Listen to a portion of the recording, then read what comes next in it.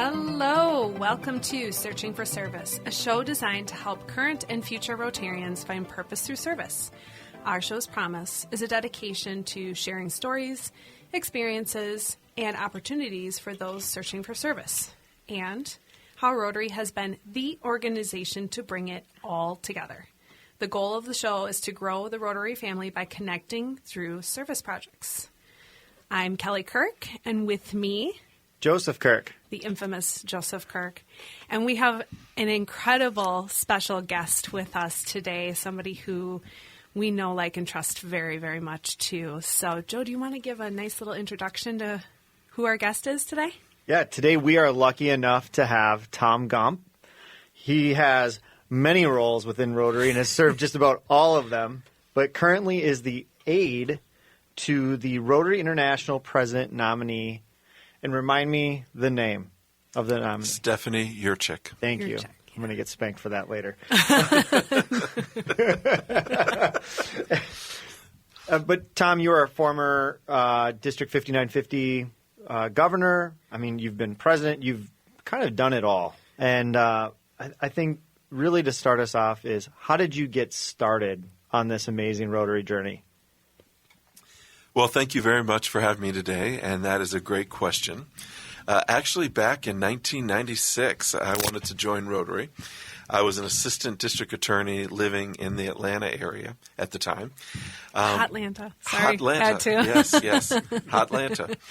And the district attorney, she had the, quote, law enforcement position within Rotary, because you used to have classifications in Rotary where you would only have one attorney, you'd only have one doctor, you'd only have one business person. So I wasn't able to join. So then fast forward to 2000-ish, I moved from Georgia to San Francisco, then to Minneapolis, because my wife grew up here. And my next door neighbor, who I work out with 3 times a week, kept asking me to come to his Rotary Club. And at first I was kind of resistant because Rotary didn't want me back then, so I thought maybe they don't want me now. But I finally gave in because he was persistent. And it was a great thing because I went there, and our club, which you are now both a part of, was very welcoming. And so I decided to join, and it was great. Never look back. Never look back. Yeah. And look at you now. Look at you now. Well, and talk to us briefly about what were the service opportunities on the front end that really kind of captured you? And then how did that lead into you becoming more of on the leadership side? Well, it's interesting because the first day I visited, Dave said I needed to be in charge of our Camp Enterprise. And I was like, well, wait a minute, I'm not a club member yet, and I don't know what Camp Enterprise is. But he got me involved in that, and it's a great program where we bring in 120 high school students, and we teach them about the free enterprise system. And they really bond, and we give scholarships, and it was great. And it's interesting because a lot of people talk about when they joined Rotary, and then a lot of people talk about when they became a Rotarian. And the Rotarian part is when you realize it's about service above self. So my first service trip abroad was to Honduras when we were doing a freshwater project. And we started our first couple days by going to villages where we actually installed water infiltration system and things like that. And the children were all happy, dancing, singing. It was great. Then we went to the areas that we had not served yet, where the infant mortality rate is somewhere around 85%. So it really changes your life, and you realize about how much we really can do if we put others above ourselves. So, wow. Wow, that's amazing. It is. That's an amazing introduction. As you were starting off, and you're like, most people talk about how they become a Rotary member, and I'm like getting flashbacks, and I've been a member only since February of this year, and I'm like, yes, it's been so wonderful, and it's been like family. But then you piggybacked off of that saying, but when you become a Rotarian, and I'm like, I wonder when that'll be for me. Like, I understand. Well, I guess maybe it's right now doing all of this. So that's cool. Nailed it. I was literally going to say the same thing. I'm like, the project that you're working on right now. Yeah. Tom, talk to us a little bit about your kind of ascension through Rotary and what brought you to it, and then, what were the steps that you took? So starting with, I'm going to guess that you're going to start with becoming the president of your local local club. Sure. Well, I think what really got me started is the motivation. The motivation I had was when I realized Rotary is more than just a club. It's a family. I mean, to give one example, we like to host youth exchange students. So we've had 7 long-term exchange students from all over the world. And when people join Rotary, they don't join because it's a club. They join because they want to do something. They want to do that service. So for us, when we started, it was all about youth exchange. And to give you one example, and I don't usually tell this story, but it's hitting my heart right now. We had a boy named Paco who was 16 years of age who came to live with us. He was from Valencia, and you could have called him Happy Paco because he's always smiling. He worked hard in school, helped around the house, and he was actually on the National League in Spain for his age in soccer. So he was the star of the soccer program. Well, 2 weeks after he came to live with us, I came down to the sunroom, and he was just sobbing uncontrollably. And I was trying to ask him, "What's wrong, Paco?" And he couldn't tell me. So I called his mom, and she told me that his father had just died. Oh, no. So I said, "Well, no problem. We'll get on a plane with Paco and we'll take him home to Valencia, Spain." She goes, "No, he's to stay with you for a whole year," because we usually in Rotary do 3 months with 3 different families, and they stay for the school year. Mm-hmm. So I said, "Well, okay, can we fly you and Paco's younger brother Danny and yet younger sister Sarah to our home?" And they did. And when she got here, she told Paco and Catherine and I that his father had died via suicide. And what we're told by psychologists is this is the most worst form of abandonment there is. If you were given up as a child, you can see how it could possibly be for the child's best interest. But when this happens, and when you're a teenager and you're egocentric and see the world in terms of yourself, you might blame yourself for leaving home and then your father committing suicide. So because they were Catholic, they couldn't have a service in Spain. So we had a service here. And we had over 250 people come from all over the district to support Paco and his family and our family throughout the whole year. Our club, Doug McElrath brought his dog over, and, people would take Paco to concerts and things. And there's a wonderful man, John Crudelli, whose father had died via the same way, and he was able to talk to Paco like we weren't. Because Paco thought that he would see his father outside the window. Well, that turns out that's a natural thing, but I didn't know that. So that's when I realized Rotary is more than just a club. It's a family. So that's when I got the motivation, and that motivation, led me to do jobs. And when I did a good job at those jobs, then I was asked to do other jobs. But it's really getting that point of motivation that makes you realize you want to do it. That's it. We don't have to go anymore. I was just going to say, I'm like, that's it.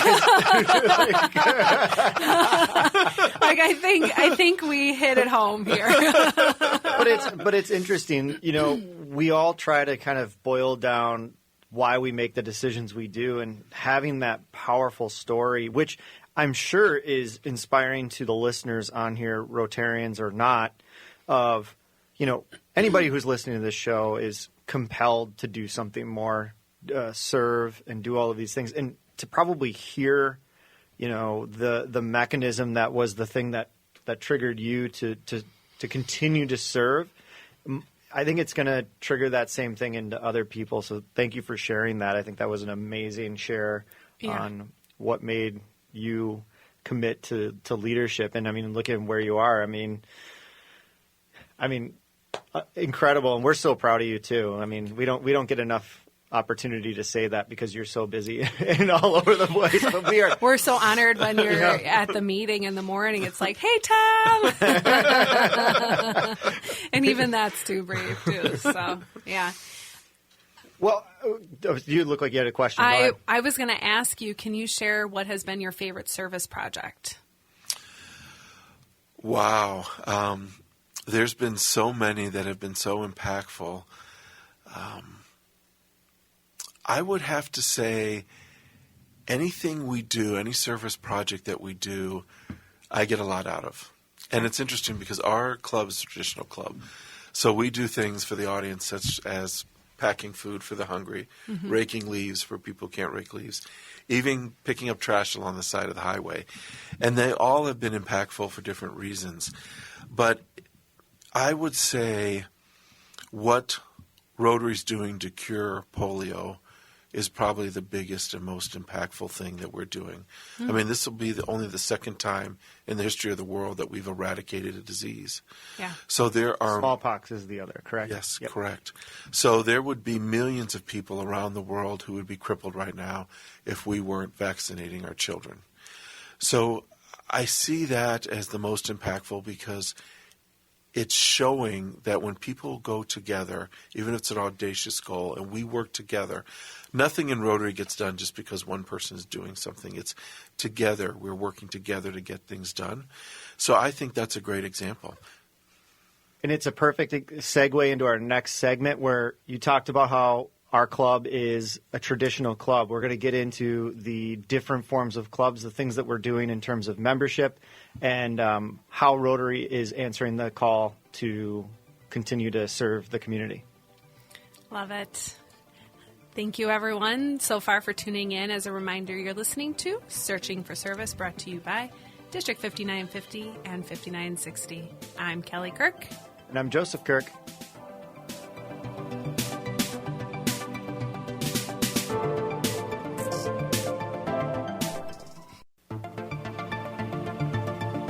Hello, and welcome back to Searching for Service, brought to you by District 5950 and 5960.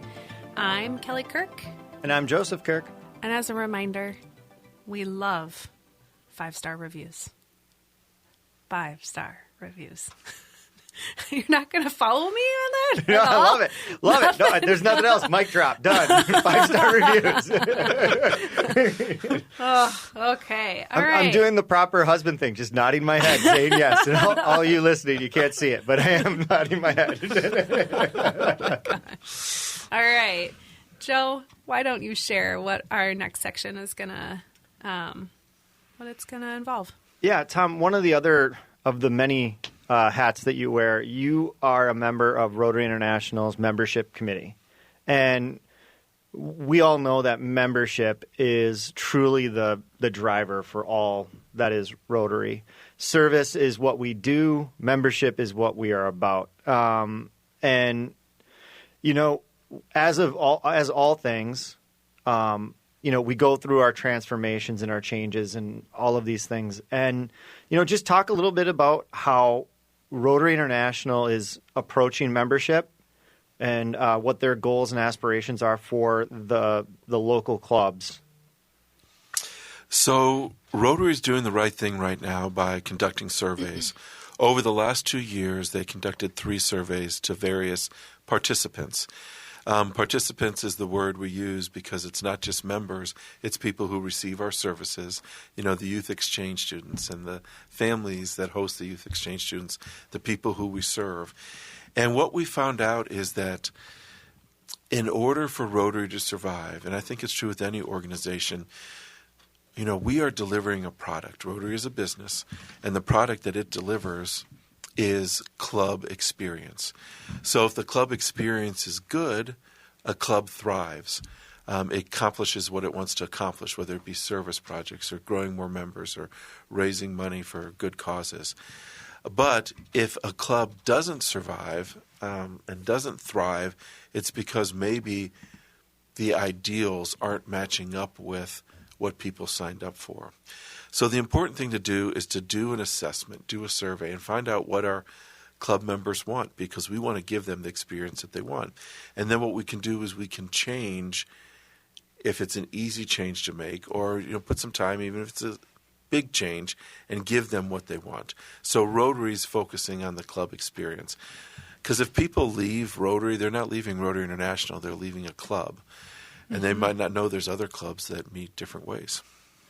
We'll talk about that a little bit because we hit on that there's a traditional club, which we're all members of.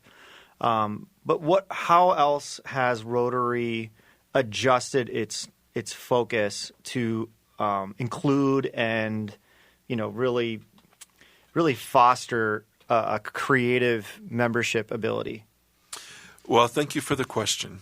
No organization survives for 117 years without being able to adapt. And if you look at Rotary, since about 1996, back then the average club size was about 60. Today the average club size is about 30, but we're still about at the same number, 1.4 million Rotarians worldwide. Well, the reason that we are is because we formed new clubs. So Rotary is full of people of action. They're the influencers in the town. They're the people who are the thought leaders. Your mayors, your elected officials, your authors. But we traditionally meet either Monday through Friday around a meal, a breakfast or a lunch. In the last few years, there's a movement in Rotary to start new and innovative clubs that reach out into the community and grab those potential people of action. Because we don't want to lose them if we can let them decide where they want to meet, when they meet, how they meet. They might want to meet on an electronic platform instead of having a fixed cost meal involved. Mm-hmm. So over the last few years, we've started clubs to serve veterans. We've started clubs to end human trafficking. And it's interesting, whenever we start one of these, they pop up all around the world. So we want to reach those people and let them serve the way they want to serve. And those are cause-based clubs, correct? Correct. That's how we characterize them? Mm-hmm. Very interesting. So what from a large-scale standpoint from Rotary International, what are the directives? Like, kind of give us these are the things that we see, these are the things that we hope that all of our local clubs latch onto and adopt. So Rotary, like many organizations, run by committees, and there's various committees that make recommendations to a board of directors, and then they pass legislation, and it's approved by our collective body once every 3 years at a council legislation. But what Rotary really wants to do is it wants to have an impact. And it wants to have an impact not so much by commanding and demanding, but more by empowering and supporting. So that's what's so great about Rotary, is that it doesn't focus on one area. We have, through the Rotary Foundation, which is a separate entity, 7 areas of focus. Mm-hmm. So if somebody wants to work on maternal and child health, they could do that. If somebody wants to work on fresh water, they can do that. If someone wants to work on literacy, they can do that. But if I, Tom Gump, wanted to start my own nonprofit, I would have to, in the U.S. at least, I'd have to go incorporate at the state I was in. If I wanted tax deductibility, I'd have to file a 1023 application with the IRS to get nonprofit status. Then I'd have to raise the money, I'd do the reporting. Rotary can do all that. So if you want to have a particular interest, like you want to fight human trafficking, if you want to save our environment, you can get money through the Rotary Foundation for both local grants and international grants, and you can do all that and have 1.4 million people to help you out, and have a 4-star Charity Navigator rating, and to have everything that Rotary has to offer. So we don't want, as Rotary International, we don't want to tell people you have to do your club this way. It was that way for many years. That's why I couldn't join in 96, but I could join when I moved here to Minnesota. So we're changing and we're growing, and we want to be the charity that people go to, and we can do that by adding flexibility. It's so awesome, and as a newer Rotarian, right, I'm still in the trenches learning, it feels like, and so to learn about these different opportunities or avenues, and it was brought to my attention, I believe Etta had shared it with me. Yeah, she shared the nonprofit component that Rotary offers individuals, and I was like, mind blown when I heard that. It's truly incredible, and in that very definitive moment of learning about that, I was like, oh, I can think of a couple of people who, right there out the gate, could be not only great Rotarians, an opportunity for them to come and see how our particular group operates differently, and then, utilize Rotary to their maximum benefit as well. Well, and I think the greatest thing for anybody listening to this that is not a Rotarian is if you haven't seen a Rotary Club or something that fits you or seems to reflect you, you can go to them and say, I want to start something. And if you've got the the cojones to do so, we'll support you is essentially what Tom's getting at is, where there's a will, there's a way. And that's my favorite thing about Rotary is like even this show, like I think about like even in preparation of Tom coming on here and Tom already doing what he does. And that's like add gasoline to the fire and go, okay, how do we make this like way bigger? Way no kidding. I know. All of a sudden, like my inbox is like this. Which is amazing. So now think of it if you're on the outside looking in and you've had this ping of a desire to want to serve in some sort of way that you haven't seen reflected in your local Rotary Club, that you can take that charge. And I'm sure Tom would be happy to get your information and help you connect you to that resource. Be careful what you wish for, everyone that's listening to this, because he will make it happen. It's pretty fascinating. He will take it and he will grow it as best as he can. Yes. It's awesome. Anything else? I feel like you were writing down some notes over there. Some of them are very like just personal stuff. Like, wow, like that. Yeah, that I didn't realize that. We could do. I mean, essentially, you could come up with an idea, and then you go to the foundation. Which, ironically, November is Foundation Month, so it does actually kind of tie in nicely to all of that. But if you have something that's near and dear to your heart, to go to the foundation. As long as it's, kind of in the 7 buckets of, but really, I mean, there's a very few things that aren't that fall in one of the buckets of focus. So, so I think just kind of teeing up for our next section, we did not actually really dive into what your role is. And so I think let's piece that in for our next section, and then talk about like advice on the local level for individuals, and then for those individuals who are searching for service as well. So we've been giving them a few little tidbits here and there, but let's dive into it a little bit more for this upcoming section. Sound good? Great. Awesome. All right. Thank you so much for tuning in this section. As a reminder, you're listening to Searching for Service, brought to you by District 5950 and 5960. I'm Kelly Kirk. And I'm Joseph Kirk.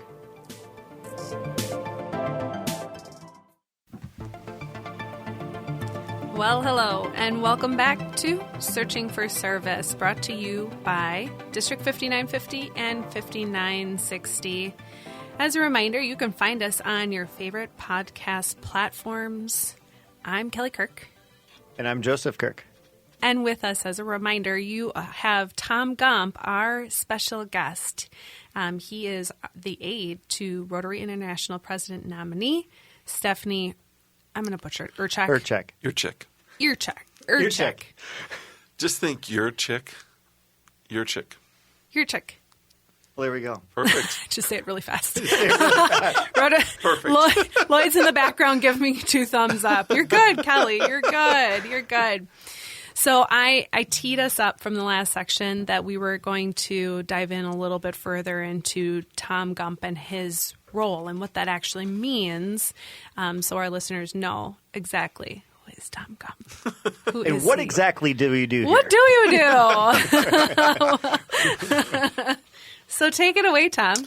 Well, right now in Rotary, there are several things I do. You mentioned my position as an aide. So we have an international president who oversees the board of directors. And what she or he does is help plan the major events through the year. We have an international conference which could have 20,000 to 45,000 individuals. Hers will be in Calgary. So in March we will go and check out the venue and plan for that. Don't get any funny ideas, Joseph Kirk. Don't get any funny ideas, Tom. Don't. Okay. I know. He's a likely candidate to drag along, but And, really it's a great thing to drag along, too, because if you think about it, you experience the internationality of what Rotary is all about. If you see people from all around the world dressed in their native garb, and you see all the projects that are being done in various areas, from curing malaria to, you name it, there's stuff going on. So that's one thing we do. We are working on planning the council and legislation, which will be in 2025, where we're being one representative from each district, so 536 representatives and alternates together to work on governance issues and to change our bylaws or constitution if they need it, and the legislation. We will work on International Assembly, which we have once a year in Orlando, Florida, where we train the district governors, because every area's got a governor that lasts for 1 year. And it's interesting because Rotary, one of its strengths is we have this changeover in leadership every year, so we always have that energy. But we also have great continuity where major projects such as polio get continued year after year. And then my position as a member of the Rotary International Membership Growth Committee, we meet usually quarterly. There's 11 people on the committee from around the world, and we try to figure out how to grow Rotary. And the reason we want to grow Rotary is because we have more hands to do more service, and we could do more things. And it's such a great thing, but until now, I love this program, and I love how it's external facing so people could find out about Rotary. Because there's so many people out there that want to do service, but they just don't know how to get involved. That's why it's important that we go out and we recruit people. Because 85% of our members were asked to join by someone. How did you two join? I was asked by Brandon Vitale. Oh, wonderful. I was asked by my lovely husband, Joseph Nice. Kirk. Wow. Yeah, 2 for 2 there. Wonderful. So someday when she's international president, it's because you brought her in. So, I mean, you never know where that leads. Well, and it's a perfect segue into what we want to talk about is on the local level, we've seen challenges in membership. And COVID did nobody any favors and making it far more difficult to meet in person or impossible to meet in person in some cases. But just talk a little bit about what COVID did to kind of accelerate what we already kind of knew was going on in membership. But it really was kind of an acceleration, and what we're doing to really challenge local clubs to kind of answer the call for what a new and exciting Rotary that is to come. Sure. So you're right. Rotary is a membership organization, but we do the world's best service. So COVID had everyone in the world take a pause, and people had to do an analysis. What's important to me? Where do I want to spend my time?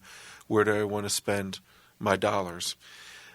And the reality is as long as Rotary is adding value, people will join Rotary. We have to ask them what kind of value they want delivered.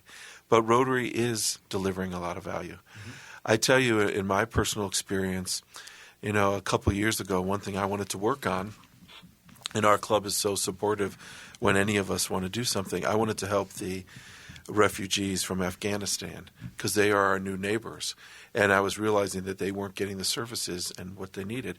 And not all these things cost a lot of money. This project didn't cost a lot of money.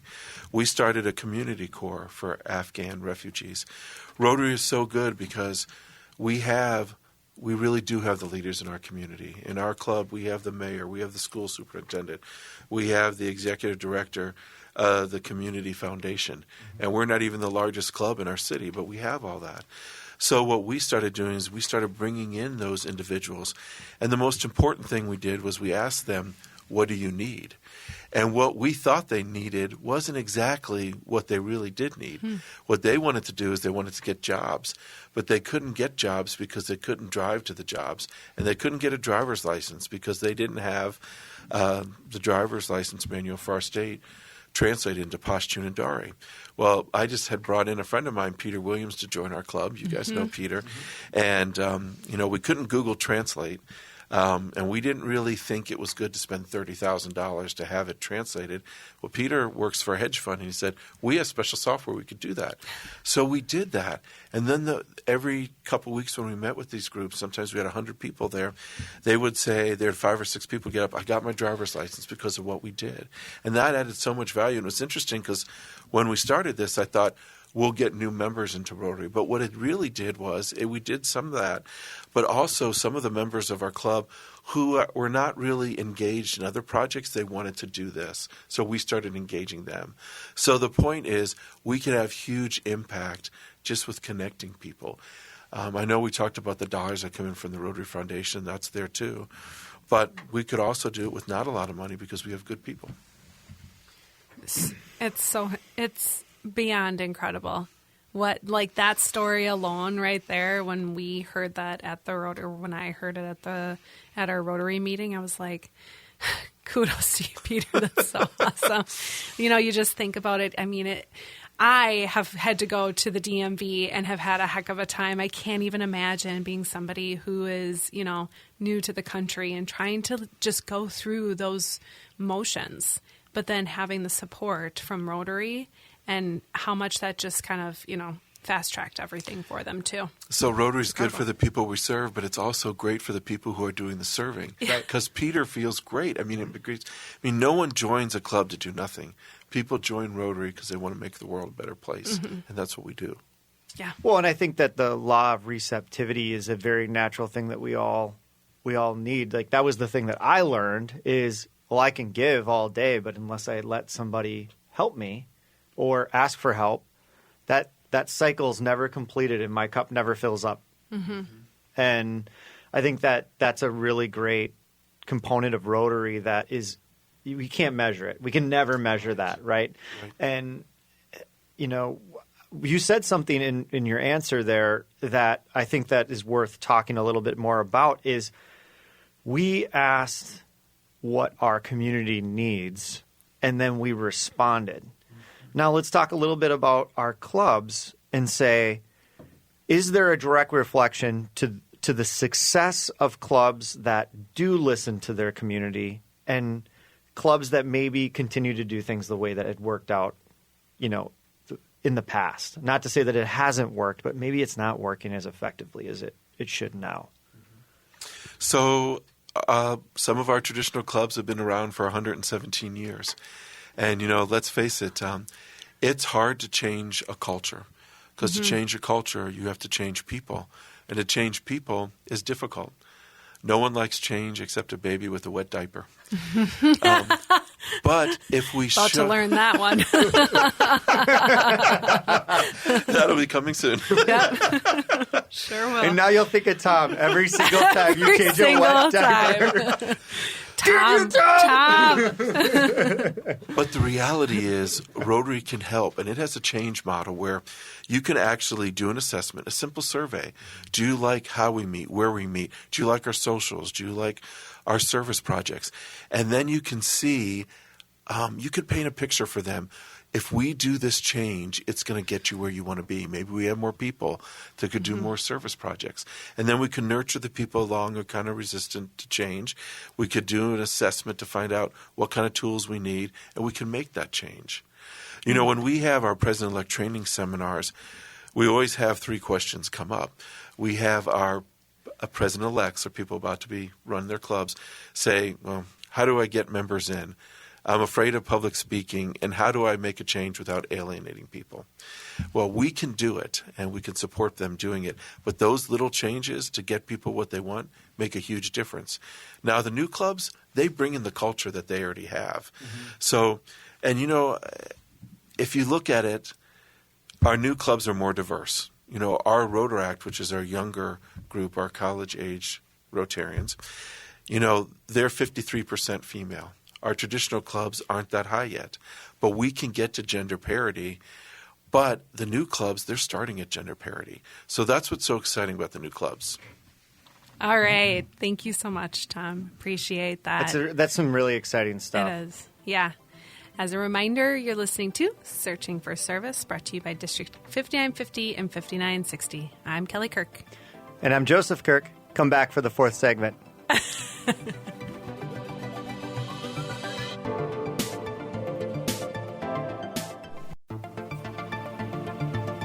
Welcome back to Searching for Service, brought to you by District 5950 and 5960.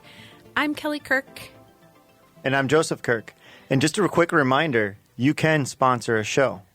Reach out for sponsorship opportunities. It's so good, Joe. It's so good. All right. As a reminder, we have our special guest with us, Tom Gump. And so, Joe, I'm gonna pass the torch on over to you so you can lead us into our final section here. I think that we've really approached a lot of heavy things, and the reality of what Rotary is going through and adapting, very well, by the way. But let's talk about what do you have as far as aspiration and dreams for Rotary? Just a personal dream of what Rotary looks like to you in the future. That's a great question, and I've actually never been asked that question before.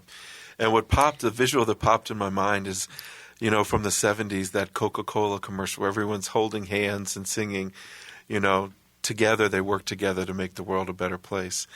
I'm sitting here thinking about Maureen, the librarian from our club, and I just had a flashback of when one day after church, I asked her to join, and she said, people asked me about 6 years ago to join. And it wasn't the right time for me, but I think I'd like to be a member of your club, and I'd like to do that. Then I think back to a few weeks ago when we were at our refugee committee, when we had 100 refugees there, and she's in the back handing out library cards and getting people signed up for library cards. And you're thinking that might not be a big deal, but if you had just been forced out of your country, you come to a place where you don't know anyone, you don't have access to the internet, you can get free internet through the library. And again, that doesn't help just the refugees. It helps Maureen, too. Mm-hmm. So what I'd like to do is I'd like to bring more people into Rotary. It sounds like a lot of people. 1.4 million is a lot of people. But there are a lot more people out there who want to do a lot more good in the world. And there's no reason why we can't be 10 million people if we just add some flexibility to our rules and our governance and our meetings. Because I'd like to see more good done in the world, and people who think similarly doing it together. One of the things I most admire about you, Tom, is you really do a great job of breaking down boundaries, and you always ask the question, what needs to be true? What needs to be true for this to happen? Yeah, It doesn't exist now, but what needs to be true? And I think that if we as all Rotarians can ask that question at all times, I think that we can begin to break down what those barriers and our limited thought process and belief around that. So I really applaud you at exuding that every single day with everything you touch, is that you seem to break down the boundary and ask, well, what needs to be true? Well, then let's do that. And it's kind of like, oh my gosh, it is completely possible to do that. So I think that that's so inspiring to all of us Rotarians, and anybody who's listening to this that is not a Rotarian, that's considering different service projects to be part of. How to not be inspired by you is, it's impossible not to be. So thank you. I don't think that this gets said to you enough either, is thank you for everything that you do. And it is a lot, people. Anybody who's listening to it. I get Kelly and I get a front row seat. We're part of the same club. So we understand just how much you do on a daily basis for Rotary and for, the people at large. So thank you. We don't get to see you enough, Tom. I'll work on That's it. what I keep thinking about.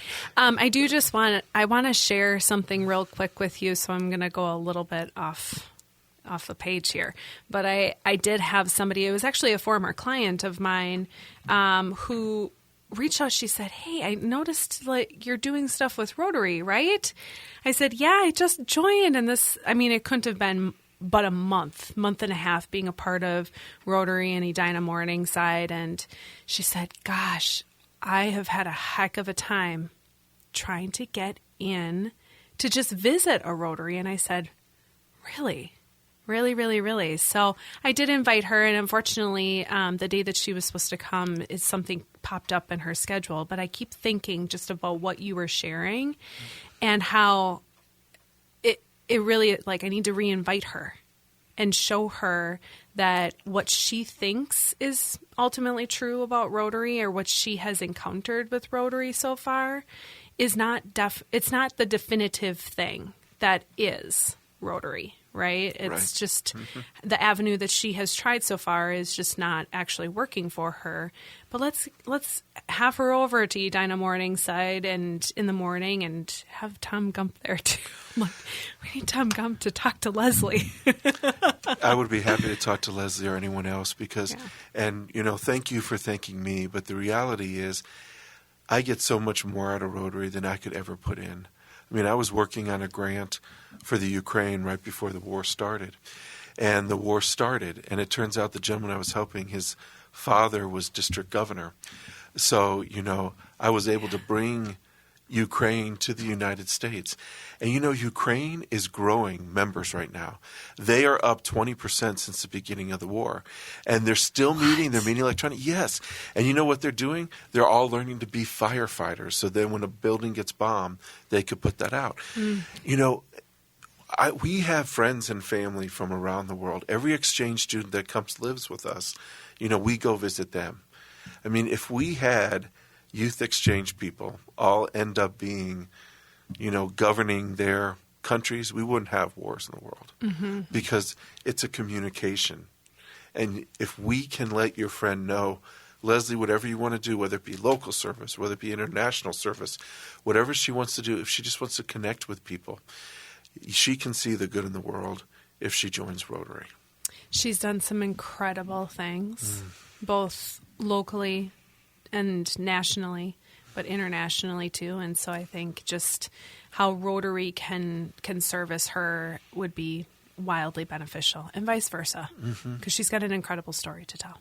Fantastic. Well, then what is the one piece of advice that you would give to somebody who is considering service or a current Rotarian that might be a little disengaged? I would ask them and listen to them about what they want out of life.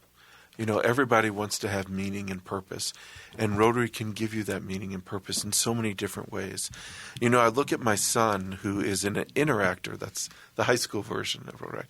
And when we go pick up trash on the side of the highway, he calls his friends the night before. He does an advance plan, but he gets 8 or 9 of them there, and they all feel good after they've done that job and they've done it together. But I think so many times when you're trying to recruit, you try to give that elevator speech, and I don't think that's the right way. I think we actually have to listen to what people want. I was in Chicago at our headquarters at a Pets Alliance, so we have these president-elect training seminars. And there were 4 or 5 Rotarians trying to convince this bartender, probably about 25 years old, about why he should join Rotary. I was walking by to get to my room, and you have to go by the bar. And they said, Tom, you're our membership expert. Come over here. What do you have to tell him to join Rotary? And I said, I don't have to tell him anything. They said, what? You're a membership expert? You don't have an elevator speech? I said, no, because the most important thing we have to do is listen. I mean, most of my friends that joined Rotary, it's because they wanted to know why someone was living at our home. How did we have that youth exchange student? How did you get to Honduras to build that well? I got a call right when COVID started from Tom Thorfinson. He's the head strategy officer at RI. And he wanted our district to put in $70,000 to a grant to Italy to put in 2 life-saving equipments in every hospital in every district around Italy. So we ended up raising 1.3 million euro. But that project not only saved a bunch of lives, it actually changed my life because I realized I could make a difference because I was part of Rotary. So thank you. Tom, we could go so much longer. However, we'll have to have you back on. We'll have to have you back on. So thank you again for taking time out of your Friday afternoon to join us and be a part of this adventure, this Searching for Service adventure. So as a reminder, you are listening to Searching for Service, and thank you so much for tuning in. Brought to you by District 5950 and 5960. As a reminder, it's time to stop searching and start serving. Thank you so much, Tom. Thank you.